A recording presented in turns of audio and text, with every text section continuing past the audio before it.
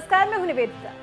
पैगंबर मोहम्मद के विवादित चित्र की वजह से जिस तरह से टीचर सैमुअल पैटी की हत्या की गई है, उसे लेकर पूरे फ्रांस में जबरदस्त गुस्सा देखा जा रहा है। इस वारदात के बाद से ही फ्रांस की सरकार इस्लामिक चरमपंथ को जड़ से उखाड़ फेंकने के लिए जी जान से जुटी हुई है। लेकिन फ्रांस सरकार की इस कार्रवाई पर दुनिया के तमाम मुस्लिम देशों के साथ ही मुस्लिम समुदाय भी जैसे बौखला सा गया है। वो राष्ट्रपति इमैनुअल मैक्रों के खिलाफ जबरदस्त नारेबाजी तो कर ही रहे हैं, साथ ही हिंसक वारदात को अंजाम देने से भी बाज नहीं आ रहे। गुरुवार को ही एक मुस्लिम युवक ने फ्रांस के 3 नागरिकों की एक चर्च में हत्या कर दी। कहा जा रहा है कि हत्या कराने वाला आरोपी अल्लाहू अकबर बोल रहा था। जिस तरह से चाकू से वार कर इस खौफनाक वारदात को अंजाम दिया गया, उसे देखकर कवि कुमार विश्वास भी भड़क गए। उन्होंने एक के बाद एक कई ट्वीट्स कर इस तरह के मजहबी उन्माद को सख्ती से कुचलने पर जोर दिया। कुमार विश्वास ने गुरुवार को ही ट्वीट कर कहा, जब पोलैंड और हंगेरी तक ने इस्लामिक चरमपंथ की आग में झुलसे सीरियाई नागरिकों को शरण देने से मना किया था, तब फ्रांस ने शरणार्थियों को जगह दी थी।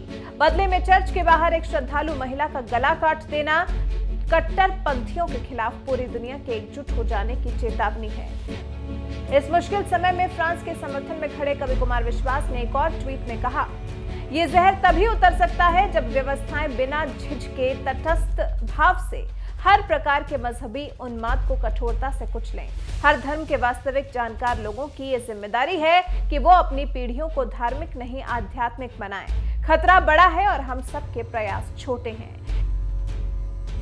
किसी की आस्था का मजाक उड़ाए जाने को गलत ठहराते हुए कवि कुमार विश्वास ने कहा, आस्था का उपहास उड़ाना निसंदेह गैरकानूनी और असामाजिक है। हर देश में उसके लिए कानून है, किंतु किसी हाल में खून खराबा धार्मिक नहीं माना जा सकता। जो साथी आहत भावना जैसे तर्क देकर निरपराध लोगों के साथ की गई इस नृशंसता को जस्टिफाई कर रहे हैं, उन्हें अपने धर्म को दोबारा समझना चाहिए। समाज को आईना दिखाने का काम करने वाले कवि कुमार विश्वास ने इससे पहले सैमुअल पैटी की हत्या पर भी गुस्सा जताते हुए कहा था कि इस्लाम पर ईमान लाने वाले लोगों को ऐसे जाहिलों के खिलाफ डटकर बोलना चाहिए, विरोध और बहिष्कार करना चाहिए। जरा सी बातों पर फतवा देने वालों को इस विभत्सता के खिलाफ फतवा जारी करना चाहिए। याद रखिए, मेरे बोलने का वो असर नहीं होगा जो आपका होगा। ऐसे मौकों पर खामोशी गुनाह होगी। जिस तरह से फ्रांस में 3 नागरिकों की हत्या की गई है, इसे किसी भी तरीके से जायज नहीं ठहराया जा सकता है। ऐसी घटनाओं की निंदा किए जाने की बजाय पाकिस्तान और मलेशिया जैसे कट्टर इस्लामिक देश बढ़ावा देने में लगे हुए हैं। मलेशिया के पीएम महातिर मोहम्मद ने तो ट्वीट कर कहा है कि गुस्साए लोग हत्या करते हैं। मुस्लिमों को गुस्सा होने और इतिहास में किए गए नरसंहारों के लिए फ्रांस के लाखों लोगों की हत्या करने का हक है। महातिर के इस दुस्साहस पर सख्त कार्रवाई करते हुए ट्विटर ने उनका ये ट्वीट ही डिलीट कर दिया।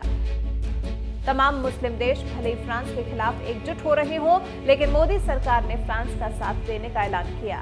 भारत इस्लामिक चरमपंथ को खत्म करने में जुटे फ्रांस के साथ खड़ा है।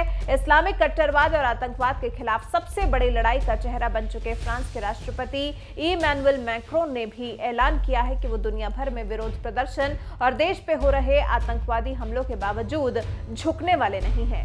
फ्रांस अब इस लड़ाई को अंजाम तक पहुंचाकर ही दम लेगा।